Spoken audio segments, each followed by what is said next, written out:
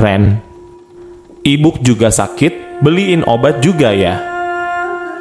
Uhuk, nih ibu batuk, you know what? Itu suara batuk jelas dibuat-buat.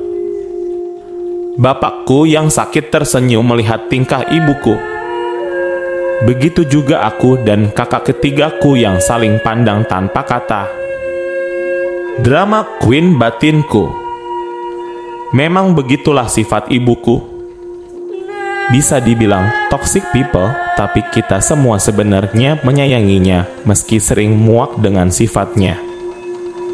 Andai ibuku tahu, kita hanya ingin ibu merubah sikap, maka kita juga akan dekat dengan ibu seperti kita dekat dengannya.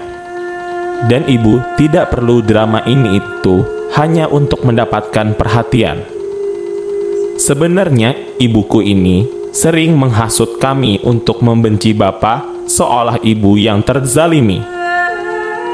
Terzalimi karena apa? Nanti kalian akan tahu. Dan karena kami anak-anak mampu membedakan mana yang benar dan yang salah, makanya hasutan untuk membenci Bapak itu sama sekali tidak membuahkan hasil. Jadi ya, sok drama cari perhatian gitu. Mau beberapa hari kemudian alhamdulillah Bapak sembuh. Aku kembali ke Jogja kembali dengan aktivitasku. Dan komunikasi dengan Bapak juga kembali lancar. Aku sudah mendapatkan gaji, aku sudah bisa memberi sedikit hasil kerjaku ke Bapak meski Bapak tidak pernah memintanya. Kenapa aku tidak memberi ibuku? Karena uang ibuku banyak, bahkan kalau aku memberikan seluruh gajiku, itu gak akan ada artinya buat ibuku. Hari berganti hari, minggu berganti minggu, bulan berganti bulan. Aku ingat saat itu pulang kerja aku main ke alun-alun utara di Jogja. Sekedar ngobrol santai. Tiba-tiba kakak keduaku Kakak keduaku ini adalah kakak yang paling dekat denganku. Meski umur kita terpaut hampir 10, tapi kedekatan kita gak hanya seperti kakak adik, melainkan seperti teman. Kalau ada masalah menyangkut keluarga, pasti kakakku ini yang aku kabarin duluan, begitu juga sebaliknya. Percakapan dalam telepon. Dewi, lagi apa? Dah pekerja bom? Ada yang mau aku omongin penting udah pulang, TP lagi main di alun. Ada apa mbak? Tadi Bapak ke tempat kerja cerita sambil nangis. Terus aku ajak pulang cerita di rumah. Bapak nangis. Kenapa mbak? Kata Bapak, pas sakit waktu itu, Bapak disantet sama ibu. Mungkin Bapak bingung pengen cerita ke siapa. Tadi ke tempat kerjaku jujur, aku langsung lemes. Aku berjalan menjauh dari temanku. Aku gak mau temanku denger. Gimana ceritanya? Kamu ngerti Mbak Yanti yang suaminya dalang itu? Iya tahu, kenapa? Dia punya utang sama ibu 500 Rp. Tadi Bapak diminta ibu antar ke rumah suaminya di kota untuk nagih karena ngutangnya udah lama. Ibu minta Bapak menunggu di gang karena ini urusan pribadi, biar ibu aja yang nagih ke rumahnya gitu, kata ibu. Sewaktu ibu di rumah Mbak Yanti, suaminya Mbak Yanti ketemu Bapak di gang arah rumahnya, kemudian basa-basi minta Bapak mampir sekalian ke rumah. Nah, sampai di rumahnya ternyata ibu dan Mbak Yanti ini lagi ribut. Nah, Pak De, ini Bu De kesini mau nagih utang. Orang duitnya sudah buat bayar dukun kok mau diminta lagi. Kata Mbak Yanti ke bapakku yang baru memasuki pintu rumahnya. Dukun apa? Bapakku bertanya balik. Sudah kalau gak mau bayar utang. Ayo Pak kita pulang. Kata ibuku sambil menarik lengan bapakku dan segera beranjak keluar rumah. Tapi bapakku bertahan. Ada yang masih membuat bapakku penasaran dan berharap mendapat kejelasan perihal dukun yang sempat disinggung Mbak Yanti. Bude minta duit yang aku pinjam ini tidak usah dikembalikan. Sebagai imbalannya, suruh mencarikan dukun untuk menyantet Pak De. Karena santetnya gagal, Pak De tidak mati, maka Bude mau minta duitnya balik, kata Mbak Yanti dengan masih emosi.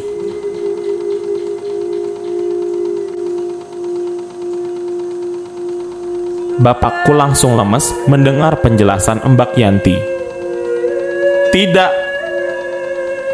Tidak benar itu. Kamu jangan mengada-ada, teriak ibuku.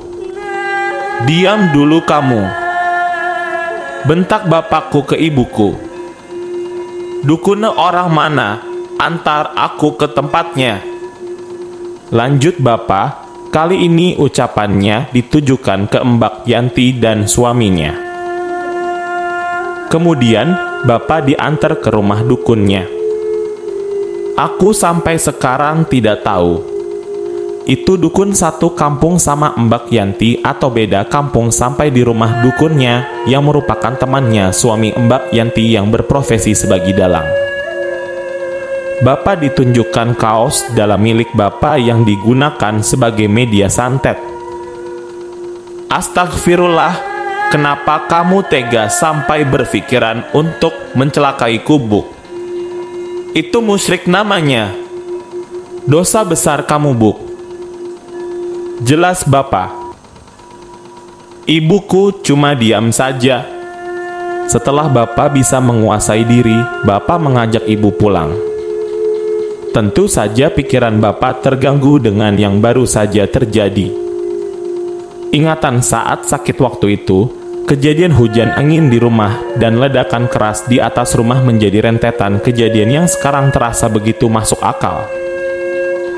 Sakit hati, kecewa, sedih menyatu menjadi satu. Mungkin bapak butuh seseorang untuk berbagi, sedikit meringankan beban pikirannya. Dan bapak memutuskan menemui Mbak Reni di kerjaannya. Mencurahkan segala isi hati dengan berlinang air mata yang tak sanggup lagi ditahan. Kalian bisa bayangkan seseorang yang hidup bersama selama puluhan tahun melewati segala suka dan duka tega mau membunuhnya. Karena dendam dan sakit hati membuat ibuku melakukan hal itu. Suara orang-orang terdengar ramai dalam kantin, bercanda gurau, tertawa dan sibuk dengan aktivitasnya. Di pelabuhan Tanjung Priok bapak bekerja sebagai security. Saat itu aku belum lahir, tapi aku tahu persis ceritanya. Bapak bekerja kontrak di daerah Cilincing dan keluargaku diboyong ikut semua ke Jakarta. Yang namanya Jakarta dari dulu kala selalu bermasalah dengan banjir. Tapi banjir dulu itu lebih menjijikkan karena begitu banjir tiba, bukan hanya sampah tapi, dalam kurung, maaf, kotoran manusia ikut menggenang di mana-mana. Mohon maaf sebelumnya untuk warga Jakarta, saya tidak ada maksud menghina atau menyinggung. Saya hanya menceritakan sesuai pengalaman keluargaku 80-an. Karena ibu termasuk orang yang menjaga kebersihan, seiring berjalannya waktu, ibu merasa tidak betah tinggal di Jakarta dan ingin pulang kampung saja. Kakak-kakakku juga terserang gatal-gatal kulit, mungkin karena tidak cocok airnya. Akhirnya bapak pun mengizinkan ibu dan kakak pulang kampung. Agar punya kegiatan dan tambahan penghasilan, ayahku membukakan warung kelontong untuk ibuku. Ibuku dulu termasuk wanita berparas cantik, banyak yang menyukainya. Terlebih saat itu, bapakku di Jakarta dan ibuku di kampung. Banyak lelaki hidung belang yang tak lain, tetangga sendiri mencoba menggodanya. Sering belanja ke warung hanya demi dekat dengan ibu. warung kelontong di pinggir jalan kampung, sedangkan rumahku masuk gang sedikit. Jadi, kalau kakak pertamaku sibuk ngurus adik-adiknya di rumah, ibu sendirian jaga warung. Muncul kabar tak sedap dari ibu-ibu yang jengkel karena suaminya menggoda ibuku atau mulut tetangga yang menggosipkan ibuku selingkuh. Gosip sampai terdengar ke keluarga bapakku, karena kampung ini asli kampung kelahiran bapak, otomatis keluarga bapak juga tinggal di kampung ini. Namanya di kampung ada gosip apapun, cepat banget nyebarnya, ya kan? Bulikku, dalam kurung adik bapak, kemudian menceritakan ke bapak saat bapak pulang kampung. Singkat cerita, bapak menikahi janda anak satu secara siri. Tentu saja sudah izin ibuku, entah ibuku merestui atau tidak, aku kurang paham. Mungkin juga karena gosip itu sedikit mempengaruhi bapak, hingga ia memutuskan untuk menikah lagi. Dan itu menjadi alasan utama ibuku sakit hati dengan bapakku. Tapi bagi bapak, menikah siri itu tidak menyalahi agama, bahkan jika menikah lagi tanpa sepengetahuan istri pun ada yang menganggapnya sah. Tapi bukankah itu sudah lama? Dan kenapa baru menyantet setelah puluhan tahun kemudian? Seperti yang aku bilang, itu awal mula ibu sakit hati dengan bapakku. Tapi itu belum membuat ibuku memikirkan untuk menyantet. Saat itu ibu hamil anak keempat. Dan menurut ibu, saat kakakku sakit, bapakku sedang bersenang-senang karena istri sirinya juga baru melahirkan bayi perempuan. Hingga beberapa bulan kemudian kakakku meninggal dunia. Saat meninggal itu, bapak masih di Jakarta, anaknya yang di Jakarta baru usia plus 2 bulan. Ibuku sakit hati karena saat anaknya sakit dia ngurus sendiri, dan sampai anaknya meninggal, bapak tidak menyaksikan sampai prosesi pemakaman. Bapak juga merasa sangat terpukul. Satu-satunya anak laki-laki di keluargaku sekaligus anak laki-laki yang diidam-idamkan bapakku meninggal. Ibuku stres berat dan hampir gila setelah meninggalnya kakakku itu, hingga bapakku mustahil meninggalkan ibuku dan memutuskan resign dari kerjaannya di Jakarta dan menetap di kampung. Gimana gak stres? Anak sakit sampai meninggal, suami sedang bahagia dengan istri muda. Berat memang. Dilema buat bapak. Tidak mungkin meninggalkan istri yang sedang stres berat, tapi di sisi lain, di Jakarta anaknya juga masih bayi. Setelah resign, bapak alih profesi sebagai tukang ojek. Tahun itu jasa ojek masih laris manis, di kampung yang mempunyai motor masih hitungan jari. Setahun kemudian aku lahir. Bapak sudah tidak pernah ke Jakarta.